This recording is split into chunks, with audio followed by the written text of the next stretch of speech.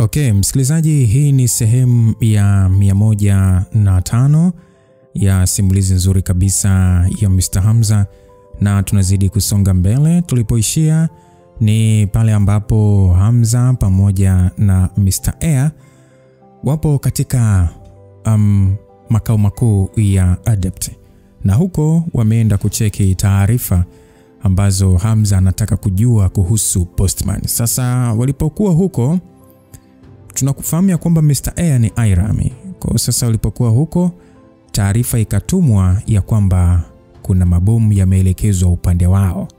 Sasa je, ni Postman ameshafahamu kwamba Hamza na Mr. Air wako hapo, kwa hiyo anatakiwa awaripue tu moja kwa moja ama inakuaje? Kwa tunasonga mbele. Langu jina ni Lucas Lumbasi. Sasa bwana Hamza, mara baada ya kusikia taarifa hiyo, alijikuta akikunja sura na kisha akasema kwamba meli za kivita za jeshi la Marekani, hili sio swala la kawaida, kwa sababu hakuna sababu ya meli zao kukaribia makao makuu ya Adept, tena bila sababu ya msingi. Basi upande wa Irami alishia kuonyesha hali ya wasiwasi tu, na pale pale akasema kwamba nimekusikia, tunatoka sasa hivi. Basi mara moja tu Irami hakuwa na muda hata wa kurudisha zile taarifa mahali pake. Alibadili muonekano wake, akaweka kofia yake kichwani na kisha akafuatana na Hamza kutoka eneo hilo mpaka eneo la ukumbini. Sasa Rubila, ambaye ni mwanamke wa kizungu mwenye nywele za maroon zilizojikunja kunja, alikuwa akisubiri huku sasa akiwa na wasiwasi mkubwa sana. Ukiachana na yeye, kulikuwa na makumi ya wanachama wa Adept wakizungumzia swala hilo katika hali ya kutanabahika kusiko kwa kawaida.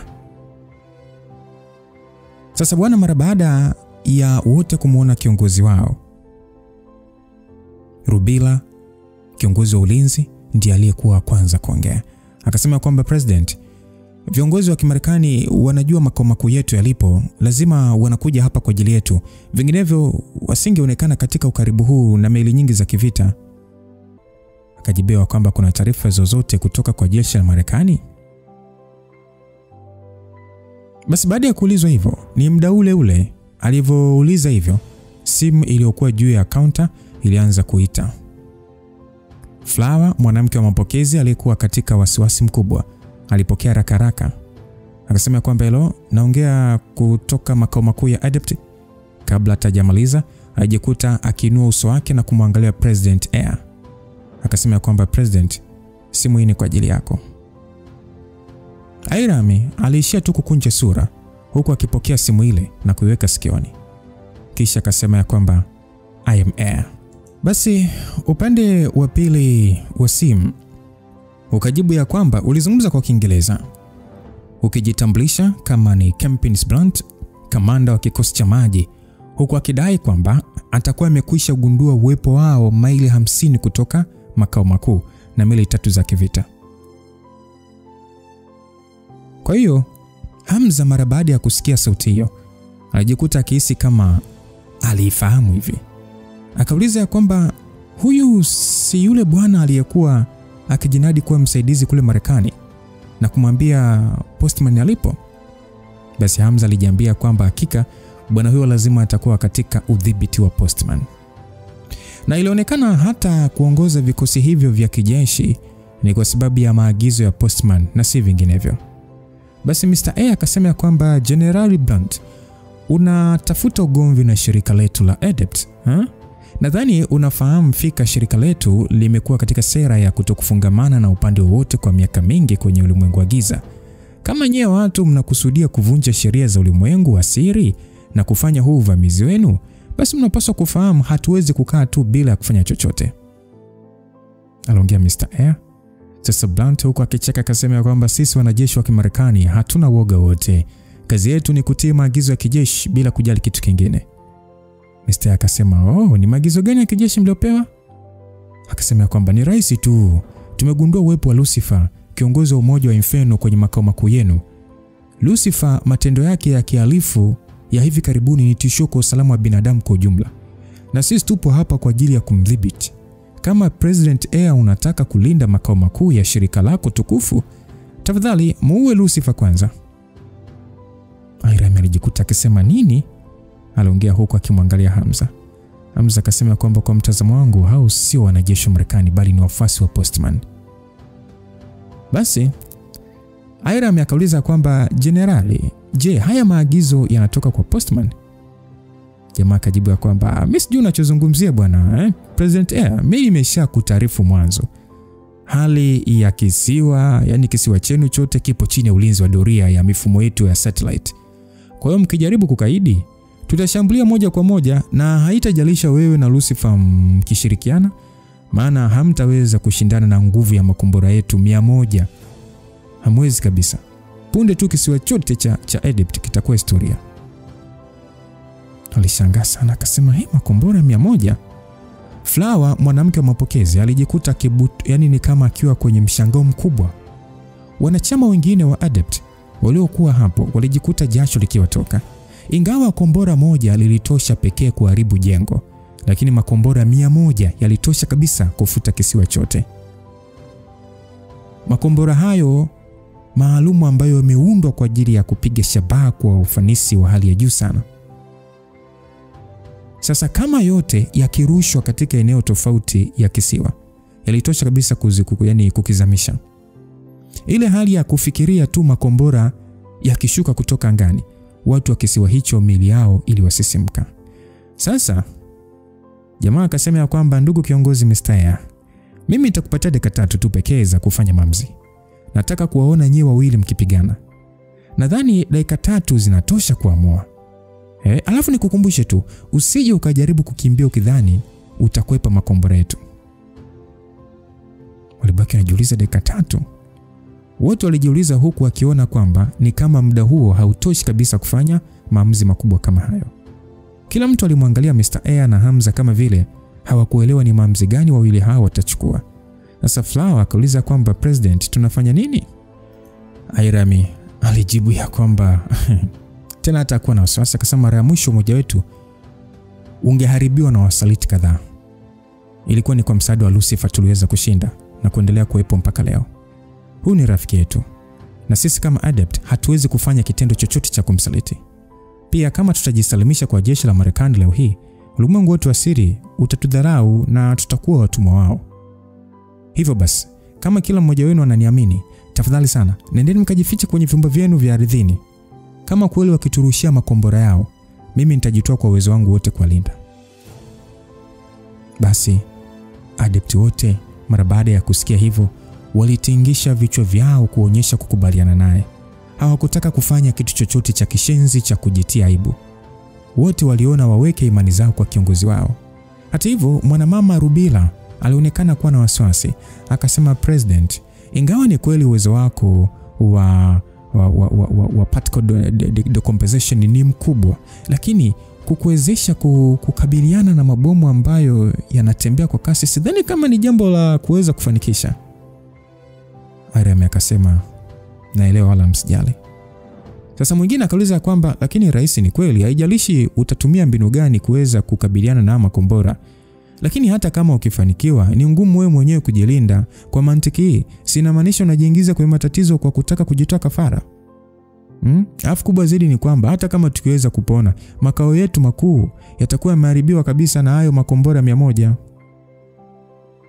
Mara baada ya kundi hilo la watu wenye nguvu zisizo za kawaida kujadiliana, waliona ni ngumu kukubali kushambuliwa. Afistoshe kwa wao kuwa na makao makuu, hiyo ndio sehemu pekee inayowapatia nguvu ya kuweza kutambulika. Sasa Hamza alishia kuangalia kundi hilo la watu wenye nguvu za ziada kwa hali ya huzuni. Kwa namna fulani hivi ilionyesha ni kwa kiasi gani binadamu wanaweza kuwa na nguvu ya kutishia uhai hata kwa wale ambao hawakuzaliwa kawaida.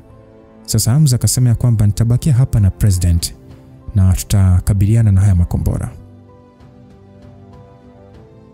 Basi mara baada ya wote kusikia kauli hiyo, walimwangalia Hamza, na Hamza mwenyewe alishakutoa tabasamu tu la kuhakikishia, na kisha akasema kwamba mimi ndiye niliyewaingiza katika haya matatizo, hivyo ninapaswa kuwajibika. Haijalishi nini kitatokea, nitajitahidi kwa uwezo wangu wote kuhakikisha kwamba haya makombora hayawezi kuharibu haya makao makuu yenu.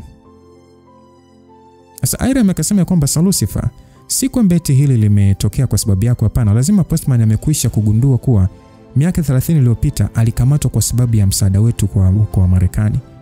Na ndio maana yupo hapa kwa ajili ya kulipa kisasi. Kwa nadhani alikuwa akitegea tu kuona ukiungana na mimi ili kutufanya tuuane. Aliongea Airam. Hamza mara baada ya kufikiria aliona ni kweli. Pengine huu ulikuwa ni mpango wa Postman kutaka kuazima kisu kwa ajili ya kumuua mtu. Hata hivyo, alitingisha kichwa chake na kisha akasema kwamba kwa sasa hakuna maana ya kuongea yote.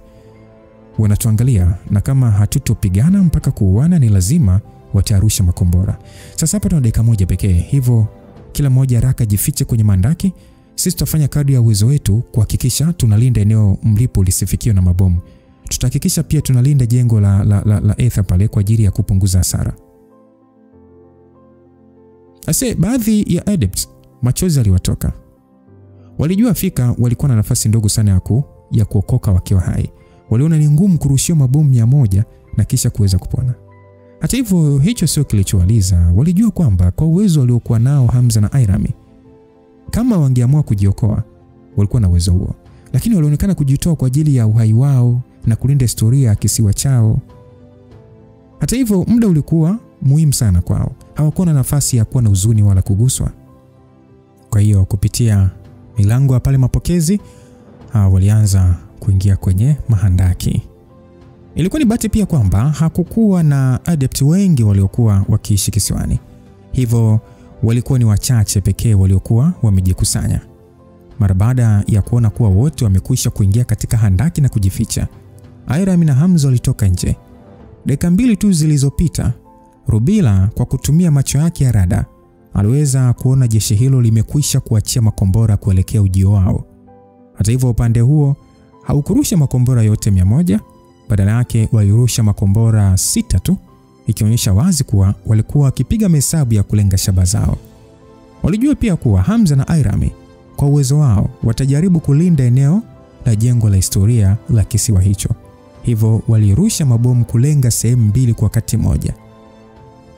Wimbi baada ya wimbi, makombora yaliachiwa kwa mtindo wa kufuatana. Ilikuwa ni mbinu maalum kwa ajili ya kuwachanganya na kuwafanya washindwe kukabiliana nayo.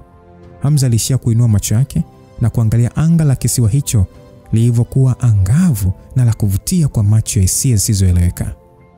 Hamza alijisemesha kwamba siku zote nimesikia haijalishi mwanajeshi wa mafunzo ya nishati ana nguvu kiasi gani, hawezi kupambana na mfululizo wa makombora, kwa sababu kila mwanajeshi ana ukomo wa nguvu zake. Lakini upande wangu naamini kwamba ile mradi ukiweka juhudi na kuwa na uvumilivu mkubwa katika kuufunza mwili kwa kiwango cha juu, mtu ana uwezo wa kukabiliana na nguvu ya makombora. Sijui ni ukubwa gani wa tatizo, ila siwezi kufa. Sijui ni mayai mangapi yanarushwa, ila hayawezi kuharibu almasi. Sijui uwezo wangu ni mkubwa kiasi gani kuweza kuhimili ya makombora, ila ni kitu pekee ni kujaribu. Ni bahati kwamba sio mabomu ya nyuklia. Hamza alijisemesha hivyo. Aliishia kutoa tabasamu, lakini kulikuwa na hali ya wasiwasi katika moyo wake. Alitamani kuwapigia wake zake nyumbani na kwa taarifu mkasa aliokuwa akipitia, lakini muda huo hakuwa nao kabisa. Airam akasema kwamba Hamza, usiwe na wasiwasi kabisa kuhusu mimi. Nitatumia uwezo wangu wa element kutengeneza ukuta wa anga. Naamini nitaweza kufunika eneo kubwa. Hamza akasema acha kuniongopea bana. Ili kutengeneza ukuta lazima uwe na uwezo mkubwa wa kukusanya elementi nyingi. Na kufanikisha hivyo, yani kufanikisha hilo jambo inahitaji nguvu kubwa. Kama kweli unajiamini kutengeneza ngao ya kukinga makombora yasipite, kwa nini uliwaambia watu wako wajifiche kwenye vyumba vya ardhini? Airam alishia kuinamisha kichwa chake chini. Hata kama atatumia uwezo wake wote, alijua kabisa hawezi kukabiliana na makombora hayo yote. Sasa Airam akasema kwamba anashindwa kukubali kuona makao makuu ya adept yakiharibiwa chini ya uongozi wangu. Hamza akasema na mimi pia siwezi kukubali kuona mwanamke mrembo kama Princess kufa mbele yangu. Aliongea Hamza huku akimkonyeza Airam akiwa na tabasamu. Airam kusikia kauli hiyo, alijikuta kiganda kwa sekunde kadhaa. Kisha akasema kwamba kwa hiyo tunapaswa kuishi kwa kutegemeana kuanzia sasa, si ndio? Hamza akasema sitaki kufa. Hata kama nikifa sio kwa namna ya Postman anavyotaka. Hivyo kama ni kuishi tutaishi pamoja, na kama ni kufa tutakufa pamoja. Aliongea Hamza Airam mara baada ya kusikia hivyo, aliishia kutingisha kichwa chake kuonyesha kukubaliana naye. Hamza akasema kwamba Airam, mimi sina uwezo wa kupaa angani. Nitaenda kusimama juu ya jengo la Ether. Wewe angalia tu anga kwa juu na kuona uelekeo wa makombora. Vipi, unaonaje hapo? Airam akasema sawa, lakini hakikisha kwa namna yote jengo letu la utakatifu haliharibiwi. Vinginevyo nitashindwa kutoa maelezo kwa adept wengine ulimwenguni. Hamza akasema usiwe na wasiwasi. Hamza mara baada ya kuongea vile, pale aliondoka kwa spidi na kwenda kusimama juu kabisa ya ghorofa la utakatifu maarufu kama Ether Tower. Hamza aliamini kuwa kama atataka kuharibu makombora hayo, basi lazima awe katika eneo la mwinuko wa juu kabisa, na juu ya jengo hilo ndio nafasi pekee ya kumwezesha kukabiliana na makombora. Airam yeye kwa kutumia uwezo wake wa kudhibiti elementi za dunia, alikuwa na uwezo wa kuelea angani na hata kupaa. Wakati Hamza na Airam wakiwa wameachana, wote wakiwa wamesimama katika maeneo ya juu, mara walianza kusikia mivumo ya ujio wa makombora. Makombora yale mara baada ya kuingia kwenye anga la kisiwa hicho, yalibadilisha mwelekeo na kusogea katika eneo walipo Hamza na Airam. Makombora hayo hayakuwa kama mabomu ya kawaida, yalikuwa na mfumo wa kujiendesha, yakikata kona na kusogelea shabaha kwa umakini mkubwa, yakiwa na vichwa vya mabomu. Teknolojia ya makombora ndio silaha pekee hatari ambayo binadamu wamegundua kwa ajili ya mapigo ya mbali, na ilikuwa na uwezo wa kuangusha jengo hata la ghorofa kadhaa kwa umbali, hata wa bara moja kwenda bara lingine. Basi sekunde ile ambayo Hamza aliweza kuona ujio wa kombora uelekeo wake, pale bila kusita alitumia mbinu ya mgawanyiko. Hamza hakuwa na muda wa kujiuliza kama ilikuwa na ulazima wa kutumia mbinu hiyo au la, lakini alijua kwamba ili kuongeza spidi yake na kuwa na uhakika wa kila alichokuwa kifanya, anapaswa kuwa katika uwezo wake wote. Hamza mara baada ya kuingia katika hatua hiyo, alihisi kama mwili wake unataka kulipuka. Kulikuwa kuna spidi kubwa ya mabadiliko ya mwili wake. Mvuke wa rangi ya dhahabu ulianza kumtawala kwa kasi kubwa na kufanya mwili wake wote kung'aa.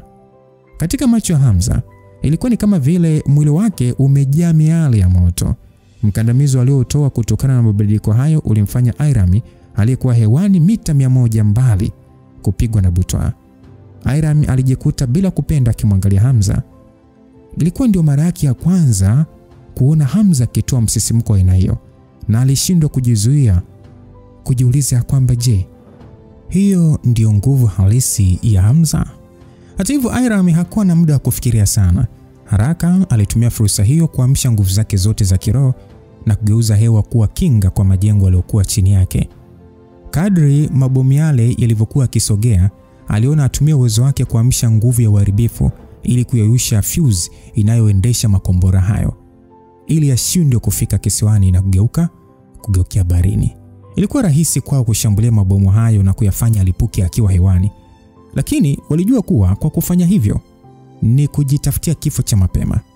Hivyo njia sahihi na salama ilikuwa aidha kuharibu au kuyaendesha makombora hayo ili yabadilishe mwelekeo.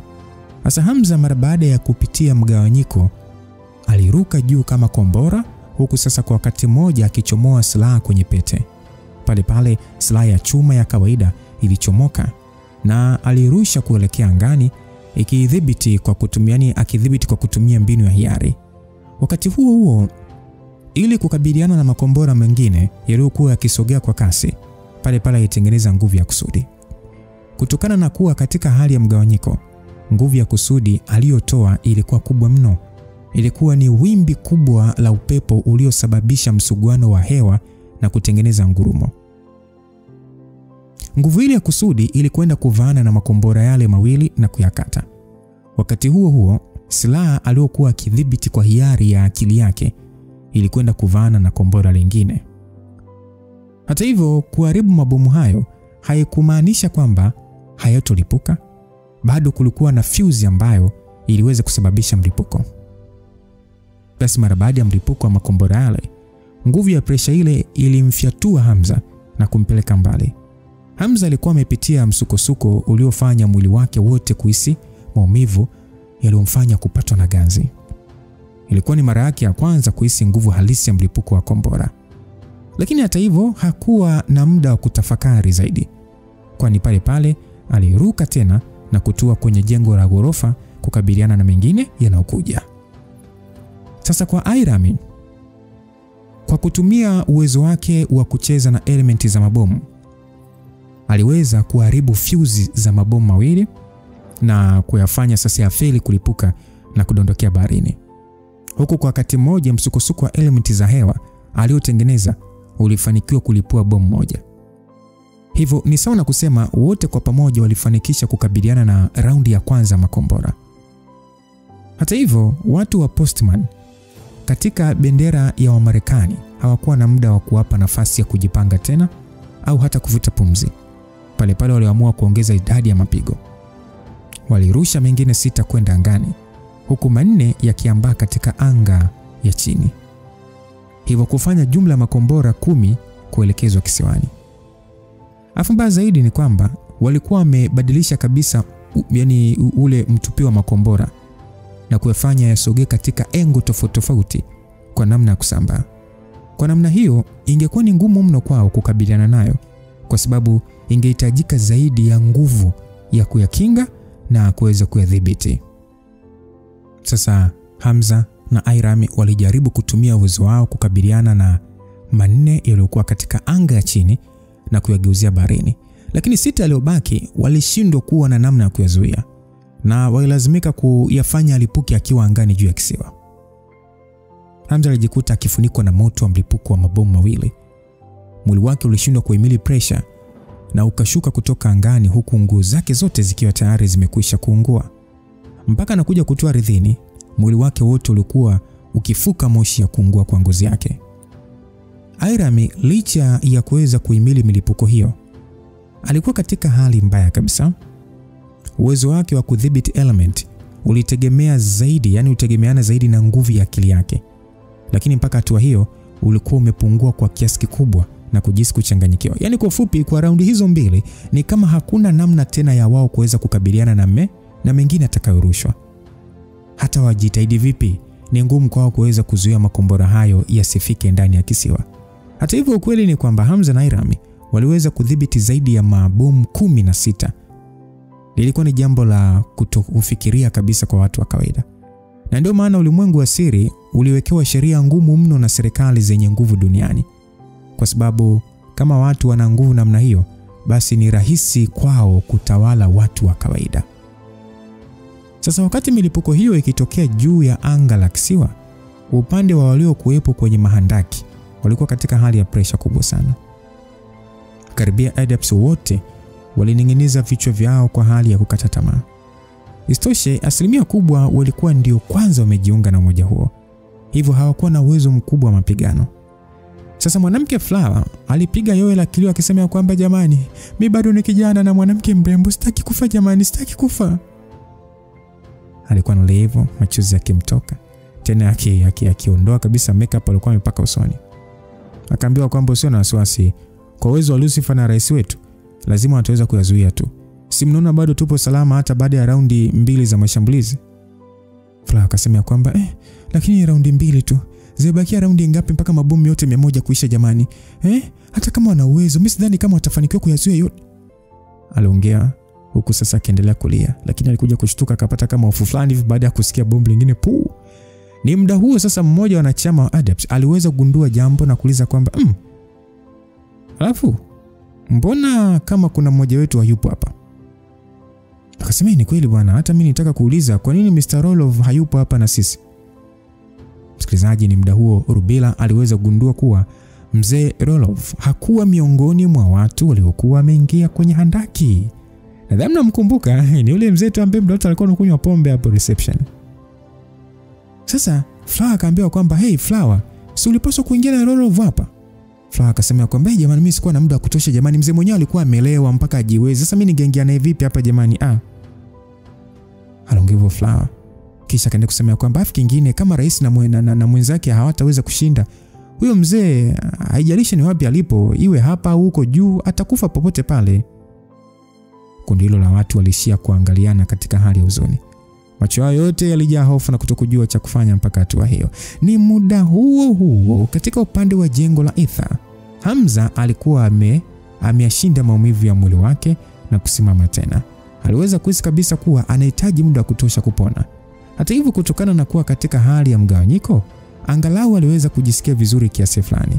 Lakini shida ilikuwa kwamba hata kabla majeraha yake kupona, Wamarekani wasingempa muda wa kutosha kabla ya kurusha makombora mengine.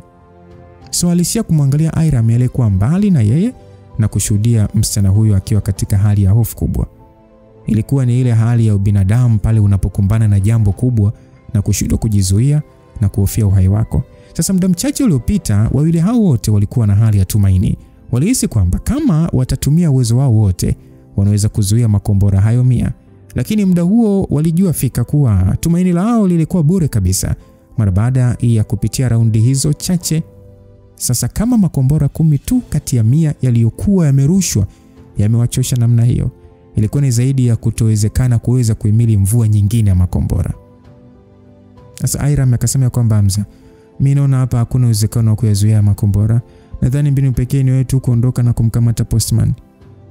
Aliongea Iram huku macho yake yakiwa mekundu. Hamza alishia kutingisha kichwa chake kwa namna kukataa, akasema kwamba kama ni kuondoka tuondoke wote. Siwezi kukuacha ukifa hapa. Kwa uwezo wako utafanikiwa kumkamata Postman kirahisi kuliko mimi. Aliongea Hamza. Iram akasema kwamba Sister Regina na wengine wote wanakusubiria. Hebu acha kuhatarisha uhai ambao ni thamani ya watu wengine bwana. Mimi ndio kiongozi na nilimwahidi President Maxim kwamba nitalinda makao makuu haya kwa uhai wangu wote. Aliongea Iram. Hamza aliweza kuona Iram akitokwa na machozi na kufanya moyo wake kujihisi kama unakatwa vipande vipande. Alijiambia kama angejua swala hilo lingetokea, asingekuja kabisa hapo. Lakini angejuaje sasa? Ni muda huo wakati akishindwa kujua ni maamuzi gani ya kuchukua, mara masikio yao yaliweza kunasa sauti ya mlevi. Sauti ilisikika kwamba kwa nini kuna vurugu nyingi hapa zinazoharibia, yani kwanza zinaniharibia usingizi wangu. Usiku bado haujaingia lakini watu wanarusha mafataki ovyo ovyo tu. Hamza na Iram walijikuta wakigutushwa na sauti hiyo, lakini wote waliweza kujua ni nani aliyesema hivyo kutokana na lugha ya Kirusi. Walishia kuangalia uelekeo wa sauti hiyo na waliweza kumuona mwanamume mzee mwenye kipara akiwa amesimama, akichezesha nyusi zake tu kama mtu mwenye hali ya kushangaa juu ya kile kinachoendelea. Alikuwa akitembea kwa kujikokota tu kama hali inaowakumba walevi wengi, huku mkononi akiwa ameshikilia chupa ya vodka. Sasa Iram akasema kwamba Mr. Rolov, nenda kwenye andaki, ile eneo ni hatari. Lakini dakika ile anatoa kauli hiyo, mvumo wa kusogea kwa raundi nyingine ya makombora ulianza kusikika kutoka hewani. Raundi hiyo makombora yalikuwa yamerushwa mengi zaidi kuliko mwanzo. Ilionekana wazi yalikuwa ni zaidi ya 10. Hamza na Iram sura zao zilibadilika mara moja na walijikuta wakimpuuza Rolov na kujitayarisha kwa ajili ya vita. Hata hivyo, ni muda huo huo wawili hao waliweza kuhisi hewa iliyokuwa ikiwazunguka ni kama imeanza kubadilika. Yaani kwa maneno rahisi ni kwamba hewa hiyo ilianza kuwa nyembamba kwa kasi kubwa mno. Iram na Hamza walijikuta wakishindwa kujizuia kushangaa. Wote kwa pamoja akili zao ziliwaeleza chanzo cha mabadiliko hayo na walijikuta wakigeuza sura zao na kumwangalia Rolov. Ingawa Rolov mwili wake bado ulikuwa ukiyumba kwa kilevi na pua yake kuwa nyekundu, macho yake yalionyesha hali ya uhai na ari kubwa. Alikuwa amesimama eneo moja, akionekana kuwa dhaifu, lakini kwa wakati mmoja alikuwa akitoa mkandamizo uliomfanya aonekane kama jitu kubwa. Hali ya kutokuamini ilijitokeza machoni mwa Iram.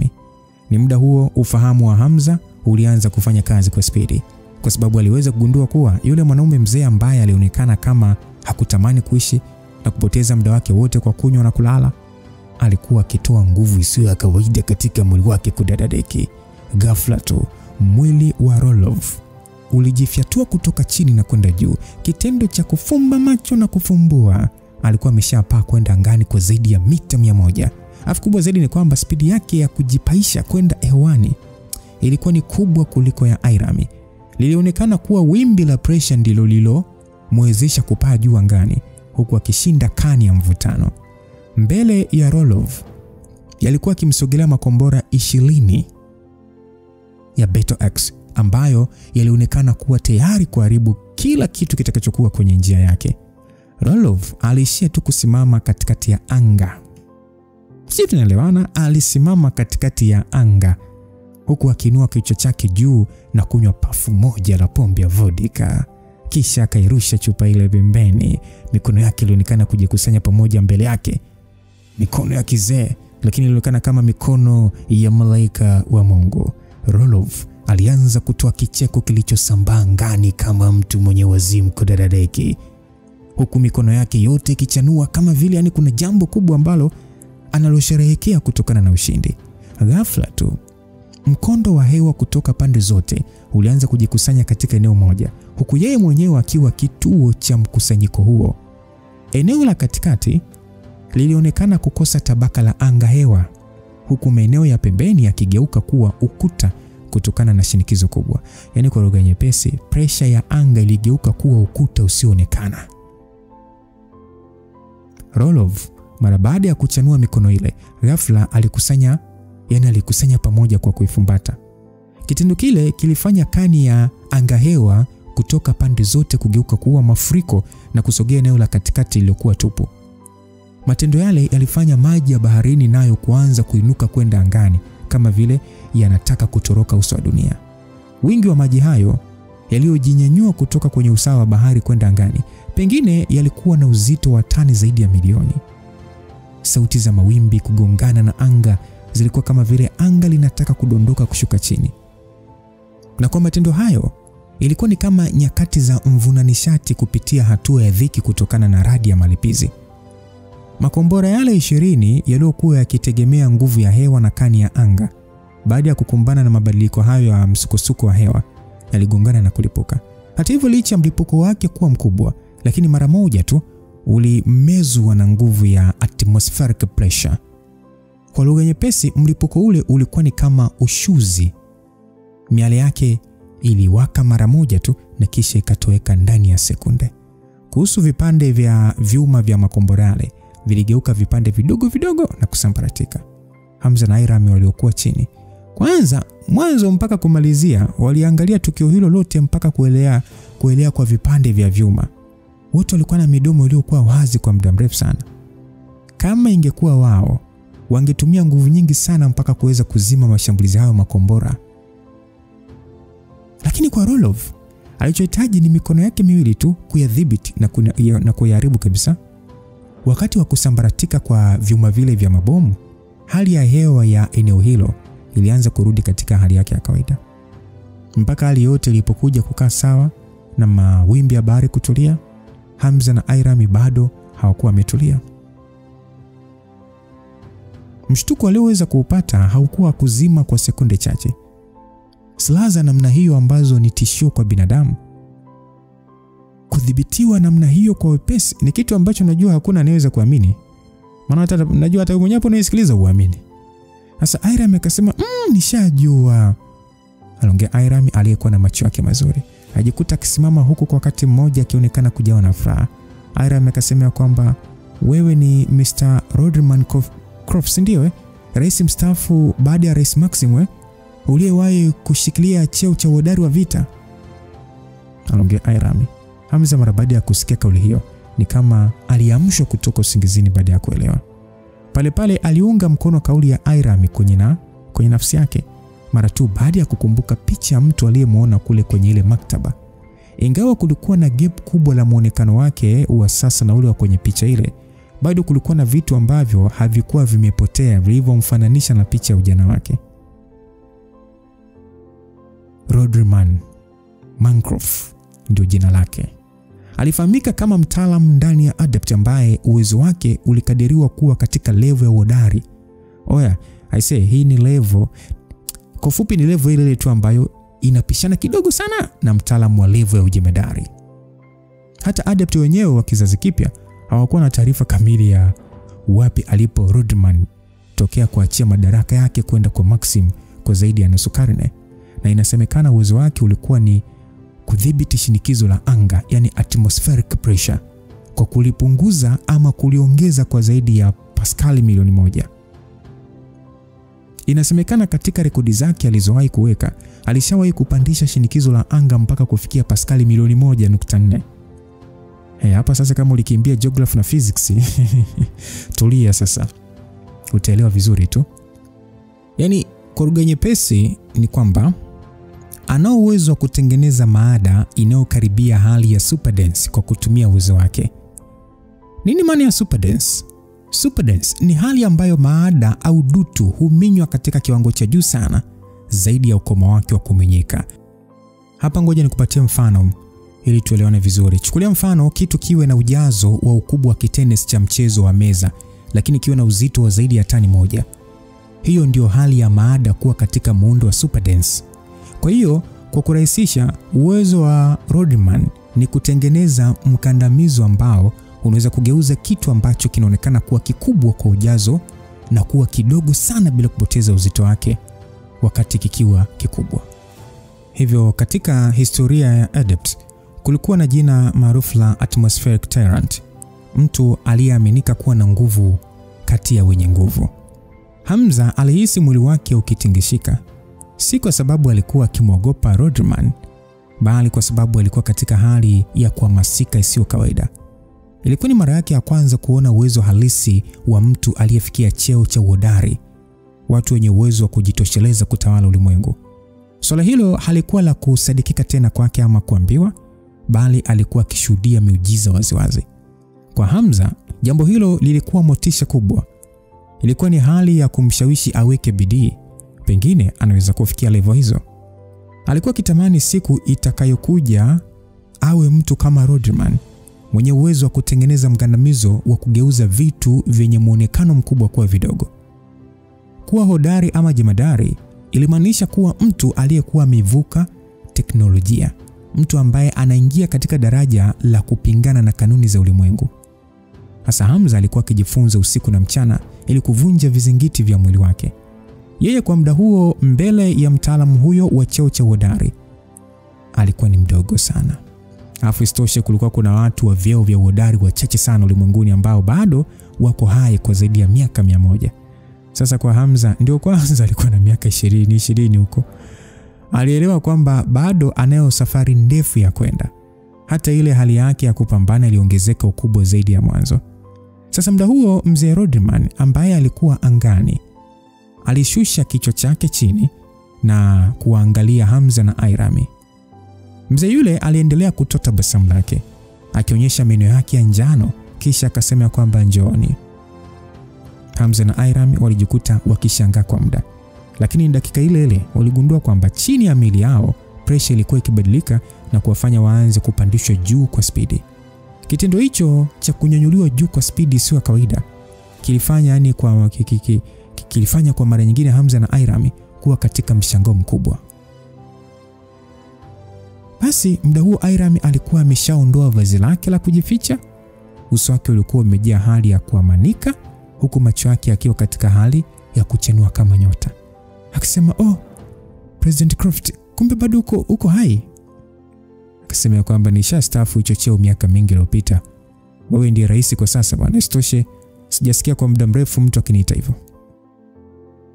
Mara baada ya kuona mzee huyo anakubali jina lake hilo, Irami alijikuta kizidi kukosa utulivu. Irami akasema kwamba nilisikia ukikabidhi madaraka yako kwa Rais Maxim kipindi cha vita baridi kwa ajili ya nchi yako ya nyumbani. Baadaye ukaingia kwenye vita dhidi ya mkuu wa gereza la shetani wa Marekani. Na baada ya hapo ukatoweka. Nimekuwa nikiamini siku zote kuwa ulishafariki, kumbe bado upo hai. Mzee akajibu kwamba kwa nini unaongea kama vile ulitaka nife mapema? Irami akasema hapana, ni kwa sababu tu nimekuwa nikikukubali kwa kipindi kirefu na leo hii ndo mara yangu ya kwanza kukuona ana kwa ana. Vitabu vile vilionyesha ambavyo ulikuwa ulivyoacha kwa ajili ya umoja. Nilikwisha visoma vyote, ikiwemo kile cha utangulizi wa udhibiti wa elementi za anga na matumizi ya shinikizo la anga. Kwangu mimi wewe ni mtangulizi na mwalimu wangu wa heshima. Mzee akasema, kumbe niliandika hadi vitabu bwana, nilikwisha kusahau kabisa, ilikuwa ni miaka mingi mno. Irami akasema, ndio, sio kuandika tu. Unajua vimekuwa msaada mkubwa sana kwangu tangu nijiunge na Adept mpaka kufikia leo hii, na nina hadi nakala zake. Aliongea Irami huku akitamani angekuwa na vitabu hivyo ili kumuonyesha kama njia uthibitisho, lakini alishia kuongea tu. Sasa akasema kwamba ndio maana nilivyokuona kwa macho yangu nimejawa na furaha kubwa. Samahani sana sikukutambua mwanzo. Kumbe siku zote ulikuwa mbele ya macho yangu. Ndio maana Rais Maxim aliniambia nisije nikakufukuza wala kukuonea. Kumbe ulikuwa mtangulizi wake. Rodman alishia kumwangalia Airam tu, ambaye uso wake ulijaa hali ya wasiwasi na furaha. Kisha akatoa tabasamu. Upande wa Hamza, kijana wetu kama Piriton. Hakutegemea kama Airam angekuwa na furaha kiasi hicho baada ya kumuona bwana huyo mtaalamu wa mkandamizo wa anga. Kwa Airam ilionekana Rodman ndiye aliyekuwa mfano wake wa kuigwa. Sio Airam kumuiga Hamza. Yaani Rodman ndio role model wake. Hamza mara baada ya kuwaza hivyo, alijikuta hata yeye pia akijiuliza ni mtu gani anemkubali sana kiasi cha kutaka kumfikia kiuwezo. Pale pale alijiuliza swali hilo, mara sura yake, yani sura ya mwanamke aliyewahi kukutana naye ikamjia tena. Sasa mzee akasema kwamba Retro Girl, kama unataka kuniheshimisha, nenda kwenye ghala ukaniletee chupa ya vodka. Pombe yangu imeisha. Basi Airam mara baada ya kusikia kauli hiyo, alitingisha kichwa haraka haraka na kisha alitoweka moja kwa moja kwenda kwenye ghala la kuhifadhia pombe makao makuu kwa ajili ya kumletea mzee Roloff. Mara baada ya Airam kupata chupa ya vodka na kuonekana chini ardhini, Roloff alipochezesha mkono wake tu, Airam alipandishwa juu angani pamoja na chupa yake. Rodman alishia kupokea chupa ile, akaifungua, akapiga pafu mbili za kilevi, kisha akamwangalia Hamza kwa tabasamu. Mzee akasema kwamba miaka mingi iliyopita kulikuwa na mambo niliyotaka kufanya binafsi, ndio maana nikaachia ngazi na kumkabidhi Maxim. Lakini kwenye moyo wangu nilijaa hali ya radhi dhidi ya umoja wangu. Alafu isitoshe ni kwa sababu ya shida zangu binafsi nikashindwa kutimiza wajibu wangu kwa umoja, kwa kumwandaa mrithi wangu mwenye nguvu. Ndio maana nikarudi hapa. Nilikuwa nikisubiri mpaka pale nitakapoona umoja huo uko katika hali ya usalama ndipo niondoke.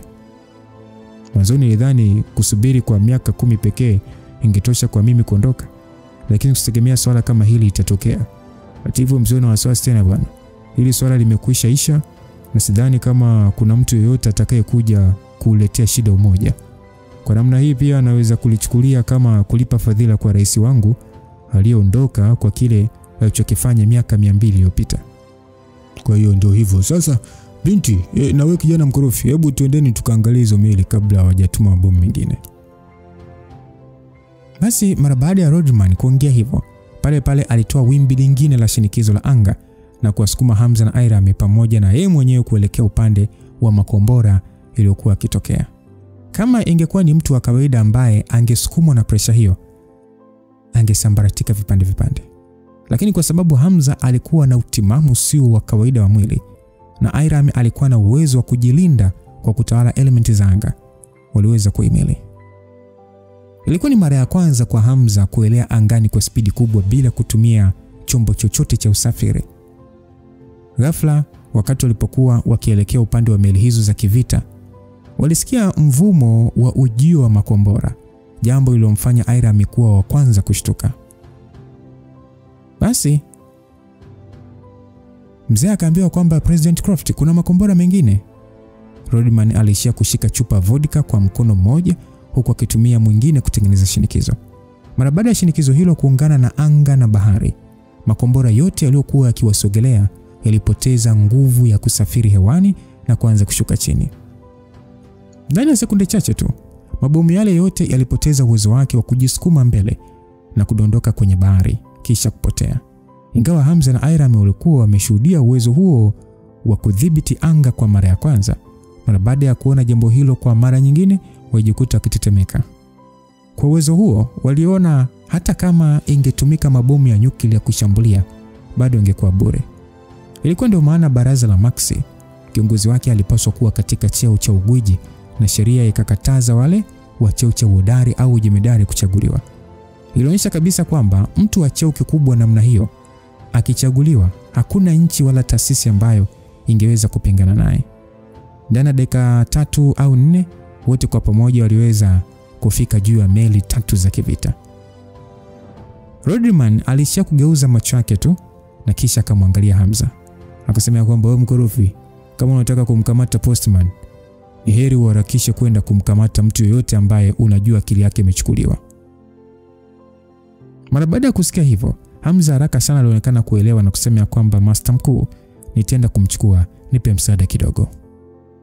Aliongea Hamza, kisha pale Rodman kwa kuchezesha mikono, Hamza alianza kuporomoka kutoka angani na kutua juu ya meli. Na baada ya kutua juu ya deki za meli hiyo, Hamza haraka aliweza kutafuta kwa kutumia uwezo wake, na aligundua kulikuwa na watu waliokusanyika eneo moja ndani ya ofisi wakionekana kujadiliana. Hamza hakuwa na muda wa kuwachelewesha, pale alitumia uwezo wake kwa makusudi kujiandaa kushambulia. Wanajeshi wa meli hizo hawakuwa wamejiandaa kabisa na ujio huo wa kushtukiza. Kwanza walikuwa katika mshangao na hali ya kutokuamini juu ya kufeli kwa makombora yao yote. Walijaribu kutafuta namna ya kushambulia tena, lakini wangejuaje kabla hata hawajajua namna nyingine? Hamza tayari alikuwa amejitokeza juu ya meli zao. Hatua ya kwanza ambayo Hamza alichukua ilikuwa ni kumtafuta yule msaidizi aliyemuona kule kwenye ofisi za Pentagon. Mara baada ya kumuona Blunt, msaidizi huyo akiwa katika harakati za kujiokoa, Hamza alisogea haraka na kisha kuwadhibiti wanajeshi wawili waliotaka kumzuia. Alimshika Blunt na kumzimisha, kisha kutoka naye hadi juu. Mara baada ya kurudi juu ya deki, alishia kumpa ishara Rodriman aliyekuwa hewani, na haraka alivutwa kwenda juu kwa kutumia pressure akiwa amemshikilia msaidizi huyo. Sasa Hamza akaulizwa kwamba una uhakika umemchukua mtu sahihi? Hamza akasema ndio. Huyo mtu ndiye aliyenidanganya juu ya mahali alipo Postman. Hivyo lazima alikuwa akitumika. Hamza akasema sawa, kama ni hivyo hamna shida. Mara baada ya mzee huyo kuongea hivyo, pale mikono yake ilicheza kwa mara nyingine na pressure ilianza kuongezeka kwa nguvu, kama vile anga lote linadondoka kutoka juu kwenda chini na kuharibu kabisa meli zile. Meli hizo licha ya kutengenezwa kwa chuma kigumu, zilianza kujipinda huku zikivunjika na baadhi ya bauti zikichomoza. Wanajeshi wote waliokuwa ndani ya meli hizo walipoteza uhai wao mara moja. Hamza na Airam walishia kuangalia tukio hilo katika mshangao mkubwa. Hawakuamini meli kubwa za kivita kama hizo zingezamishwa kwa wepesi namna hiyo. Alafu kubwa zaidi ni kwamba Rodriman alionekana kutokuwa na huruma kabisa dhidi ya wanajeshi hao, kwani aliwaua bila ya kuwa na hatia yote. Basi kaambia kwamba senior, tumeshamkamata huyu mtu aliyedhibitiwa akili. Ni kwa njia gani tutaweza kumtumia kumpata Postman? Wakaambiwa kwamba siwezi kuwasaidia kumpata Postman kwa sababu mbinu inayotumika ni uchawi wa kutafuta nafsi kwa kutumia nguvu za uchawi wa kimizimu. Kwa sababu amekuwa katika utawala wa mtu mwingine kwa muda mrefu, lazima mtu aliyemtawala kaacha nyayo za nafsi yake. Kwa kufuatisha nyayo hizo, itawezekana kujua ni wapi alipo Postman. Mzee akaulizwa, lakini tumesikia kuwa mtaalamu ambaye ana uwezo kutumia uchawi wa mizimu anayeitwa Gustav alishafariki. Sasa nani atatusaidia katika hili? Mzee akajibu, inawezekana Sangara mdogo amekufa, ila Sangara mzee yupo hai. Hebu twendeni niwapeleke mkaonane na huyo bwana mnayemuita Gustav. Msikilizaji, kiukweli Hamza na Airam walijikuta wakiangaliana kwa mshangao. Walijiuliza Sangara ni jina gani hilo? Hata hivyo, kwa umri aliokuwa nao Rodriman, kama mtu huyo yupo hai, basi lazima ni watu wanaofahamiana. Kabla Hamza na Airam hawajafikiria kuhusu swala hilo, nguvu kubwa ya pressure ilianza kuwasukuma kwenda mbele kuelekea upande wa kaskazini mashariki. Ndani ya masaa mawili, mandhari yaliyokuwa mbele yao yalimfanya kupepesa macho mara kadhaa. Hali ya ubaridi waliokuwa wakipitia ilifanya kutowezekana kwa mtu wa kawaida kuishi katika maeneo hayo. Hata hivyo, Airam na Hamza waliishia kumfuata mzee Rodriman na kutua juu ya jiwe la barafu lililokuwa kwenye maji. Sasa Hamza akauliza ya kwamba huu sio ukanda wa Arctic Circle.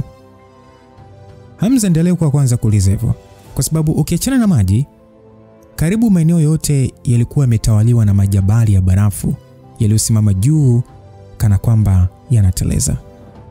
Ukiachana na wao wenyewe kuwepo mahali hapo, hapakuwa na dalili yoyote ya kiumbe hai. Rodriman aliyeonekana kutokuathiriwa kabisa na ubaridi wa eneo hilo, alionekana kabisa kuketi juu ya jiwe la barafu huku akiendelea kunywa pombe yake. Alipiga chafya kadhaa kabla ya kusema, kisha akasema kwamba subirini hapa kwa utulivu, mtu mnayemtaka atajitokeza muda si mrefu. Hamza na Airam hawakuthubutu kuwa na wasiwasi, kwa sababu bosi wao amesema wasubiri na mtu wanaomtafuta atajitokeza. waliona wawe na subra. Wawili hao licha ya kwamba walijua siri nyingi za ulimwengu wa siri, mbele ya Rodriman walijiona ni Peliton. Ni muda mfupi tu wakiwa katika eneo hilo, waliona kiwingu cheusi kikitanda kutoka upande wa magharibi. Kwa macho na hisia zao waliweza kutambua kwamba kiwingu kile hakikuwa cha asili. Kwa kusikiliza kwa makini waliweza hata kusikia vilio na ngurumo za mbwa mwitu vikifuatana na kiwingu hicho. Ilikuwa hali ya kuogopesha kwa mtu wa kawaida, lakini wao walibaki na sura za kawaida mpaka pale kiwingu kile kilipowafikia juu yao. Hamza na Airami walihisi mioyo yao kuwa mizito mno. Walihisi kana kwamba walikuwa kikabiliana na adui mkubwa wa uhai wao. Kutokana na presha kubwa ya nguvu ya giza iliwafanya vinyweleo vyao kusimama na miili yao kupata joto kana kwamba eneo hilo halikuwa na baridi kali, msisimko uliokuwa akihisi ulikuwa ni tofauti kabisa na ule anaoutoa Rodriman. Hii ilikuwa ni kama kukutana shetani. Ghafla kiwingu kile kilianza kujibadilisha na kuchukua umbo la mtu kwa namna isiyo ya kawaida. Mtu huyo akiwa bado angani alionekana kuwa na mabawa yasiyo ya kawaida. Mabawa hayo hayakuwa ya nyama, bali yalikuwa yakifuka moto mweusi na kumfanya afanane kabisa na shetani halisi wa kuzimu. Rodriman aliyekuwa busy na kinywaji chake aliinua macho na kusema kwa kejeli ya kwamba mzee Sangara, bado hujaacha sifa tu.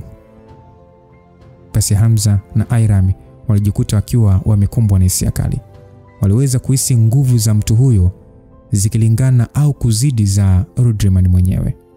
Hatimaye bwana yule mwenye ngozi nyeusi alishuka na kutua kwenye jiwe la barafu. Mara moja alionekana kuwa mtu wa kawaida sana, mwenye ngozi nyeusi, aliyevaa mavazi ya jeshi na kofia ya jeshi la maji, na alikuwa na masharubu mengi usoni. Kama si kitendo chake cha kufika hapo akiwa katika hali ya kutisha namna hiyo, Hamza na Airami wasingeweza kudhani bwana huyo alikuwa na uwezo mkubwa kiasi hicho. Pengine kama Jenerali Robert angekuwepo hapo, angedondosha kichwa chini, kwa sababu mtu huyo ndiye alikuwa akilinda gereza la kisiwa cha barafu kwa zaidi ya miaka 40. Mzee anayeheshimiwa na serikali ya Marekani, mwenye mawasiliano ya moja kwa moja na ikulu, Afande Manet Sedelin. Manet aliwatazama Airami na Hamza, kisha akamwangalia Blunt aliyekuwa amepoteza fahamu mikononi mwa Hamza, na sura yake ikakunjamana. Wakati wa safari yao hadi hapo, ilikuwa ni kwa msaada wa Airami kumlinda Blunt kwa uwezo wake wa elementi za dunia ili asidhurike na baridi kali na kupoteza uhai. Vinginevyo angekufa muda mrefu kabla hata ya kufika eneo hilo. Manet hakuwatazama tena Hamza na Airami, bali macho yake yakamgeukia Rodriman. Akasemea kwamba wewe mlevi unafanya nini hapa? Basi Rodriman alisimama huku akiyumbayumba. Kisha akasema kwamba mzee Sangara, unadhani mimi napenda sana kuja kukuona? Ni wewe ukufanya kazi nzuri ya kulinda gereza lako bwana na kumfanya postman kutoka. Kwa nini sasa ulimwachia huru? Unajua matatizo mangapi yamesababisha? Umefanya mpaka hawa vijana wanalazimika kutumia juhudi kubwa kumkamata. Na nimekuja nao kwa ajili ya kuomba msaada wako. Basi Hamza na Airami mara baada ya kusikia hayo walijikuta wakielewa. Walijiuliza, kwa hiyo huyo bwana ndiye alikuwa akimlinda postman. Wakajiambia ndio maana postman alishindwa kutoroka gerezani kwa muda mrefu, kumbe alikuwa chini ya ulinzi wa mchawi kama huyo. Sasa Manet bila kujali sana akasema kwamba mimi hayo hayanihusu. Yananihusu nini sasa Mkuu wa jeshi alikuja kwangu na kutaka nimwachie huru. Sasa mimi nawezaje kumzuia? Aliongea Manet bila kujali sana. Rodriman aliinua mabega yake kisha akamgeukia Hamza akasema kwamba wewe mkorofi, kwa tabia wewe mzee Sangara, kazi yangu pekee ilikuwa ni kuwaleta muonane naye. Kuhusu kama atakubali kuwasaidia au la, hilo sio juu yangu. Basi Manet akamtolea macho na kusema kwa siri kwamba wewe mlevi wewe, ukiendelea kuniita hilo jina la Sangara, nitaitoa nafsi yako na kuiweka kwenye kisosi kisha kuila bila chumvi. Rodriman alitabasamu kwa dharau. Akasema Sangara. Nimekuita tena ise. Miaka 60 iliyopita ulinishindwa kwa kukushushia kipigo kitakatifu. Sasa kipi kinakufanya uone unaweza kunishinda sasa hivi? Basi jamaa alitukana akasema kwamba mlevi, miaka 50 iliyopita mimi ndiye niliyekuachia ushinde. Vinginevyo ungefia pale pale Bering Strait. Mzee akajibu ya kwamba inaonekana akili yako bado ipo gerezani. Au mizimu yako imekula mpaka akili, Kama isingekuwa mimi kukuonea huruma, ungekuwa yani nyama ya samaki muda mrefu tu. Msikilizaji, wawili hao walianza kujibishana, kila mmoja akikataa kukiri kushindwa na mwenzake. Hamza na Irami waliokuwa wakisikiliza walijikuta wakihisi kitu na kushindwa kujizuia kuuliza kwa mshangao. Irami akauliza ya kwamba senior president, wakati wa kupotea kwako kipindi cha vita baridi ya Soviet, mtu ambaye ulienda kupigana naye aliyejulikana kwa jina la Shetani wa gereza ndio huyu Manet Sutherland? Aliuliza Irami. Manet kusikia hivyo aligeuka na kumwangalia Irami akasema kwamba unanijua? Irami haraka alitingisha kichwa chake akiwa na macho yaliyojaa heshima. Alisha kusema kwamba hii ni mara yangu ya kwanza kukuona, lakini nimekufahamu kutokana na mafanikio yako. Hamza naye alishia kumeza mate. Alishawahi kusikia habari nyingi katika ulimwengu wa giza zenye kichwa cha American Black Officer, ambaye pia alivuma kwa jina maarufu la Shetani au jini wa magereza. Kulikuwa na simulizi nyingi sana kumhusu Manet, lakini mojawapo ilikuwa cheo chake cha mkuu wa wachawi, hodari wa ulozi na kuendelea. Inasemekana hata Scaridon, mchawi wa msitu wa Amazon, alikuwa sehemu ya wanafunzi wa Manet katika historia, japo haikuwahi kuthibitishwa. Wengine walidai kwamba Manet alikuwa Mwafrika aliyehamia Marekani katika harakati za kumtafuta ndugu yake aliyechukuliwa wakati wa utumwa. Inasemekana kwamba katika historia ya wachawi, Manet pekee ndiye aliyebadilisha mtazamo wa wengi. Mwanzoni wachawi wengi walikuwa wakiita mizimu au mapepo ili atawale miili yao na kuwapa nguvu, lakini kwa upande wa Manet, yeye ndiye mtu pekee aliyefanikisha kuigeuza mizimu na mapepo yenye nguvu kubwa kuyatumikisha kwa kuyaweka kifungoni ndani ya mwili wake. Sio hivyo tu,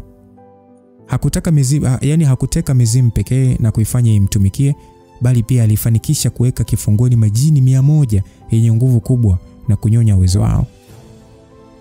Kwa hiyo sasa, kwa uwezo wake huo alipata majina mengi: Shetani wa magereza, mfalme wa majini, mkuu wa magereza ya mizimu na mengine mengi tu, lakini maarufu zaidi ilikuwa ni mkuu wa gereza la mashetani.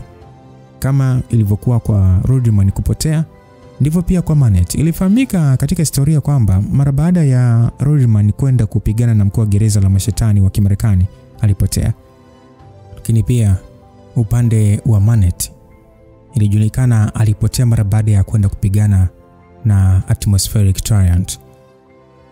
Hivyo kwa Hamza, Irami na pengine watu wengi duniani, ilikuwa ni vigumu kuamini kwamba mabwana hao wawili walikuwa hai na wamejificha mbali na ulimwengu wa kawaida.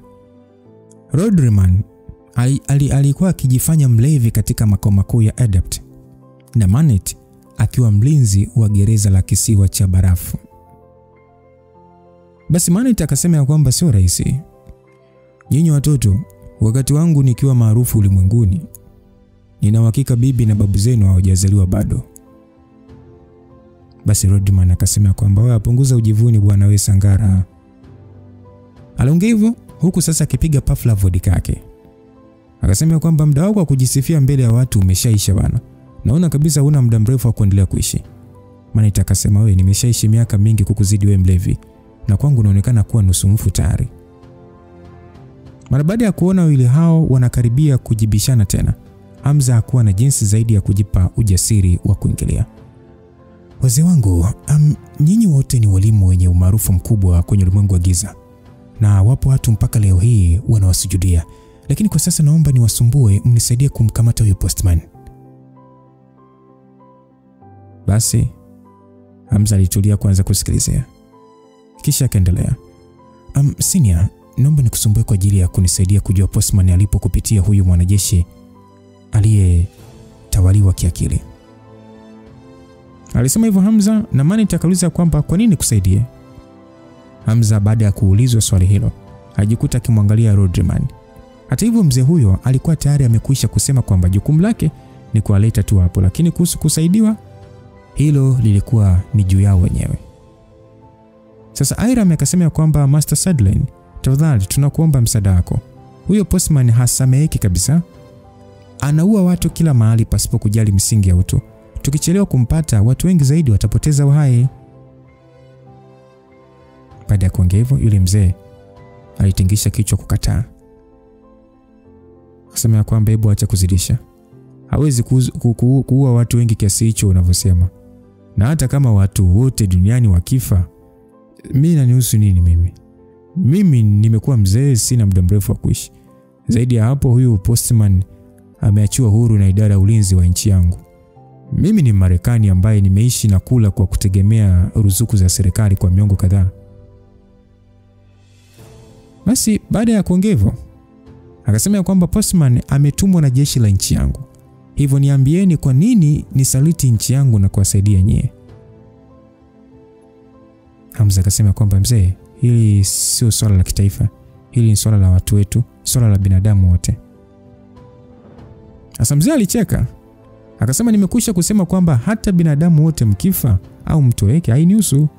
Mimi sio uzao wa mtoa haki na pia sio shujaa. Kwenye maisha yangu mimi nimeenda mbali nje ya ulimwengu wa wachawi na kuipigania nchi yangu. Kupitia uzoefu wa mambo yote, pengine baada ya miaka michache nitajiunga na mizimu inayoitawala na kwenda nayo kuzimu. Alafu nikishakufa, ni watu wangapi watabaki hapa duniani? Na kipi kitawatokea binadamu? Je, kwa umri wangu huu napaswa kufikiria maswali hayo? Hiram kwa wasiwasi akasema kwamba Master Sutherland, kwa nini unaongea hivyo? Kadri mtu anavyokuwa na nguvu, ndivyo wajibu wake unavyokuwa mkubwa. Akajibiwa kwamba wajibu? Wewe binti bado ni mdogo mno. Hivi nadhani sababu nyepesi namna hiyo inaweza kunifanya mimi niwasaidie?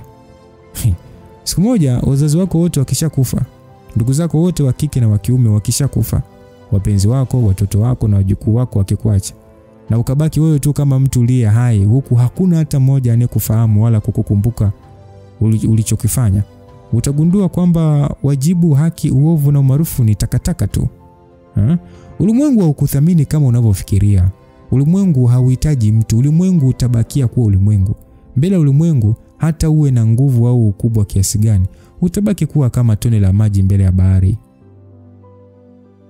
Mara baada ya kuongea hivyo, alinyosha kidole chake juu angani kana kwamba anakumbuka mapito aliyopita. Rodriman aliyekuwa amekaa kimya akisikiliza maneno hayo huku akinywa pombe yake, alishia kujawa na tabasamu la upweke. Hiram aliwaangalia tu wazee hao kwa mdu wao, akiwa katika hali ya kuchanganyikiwa.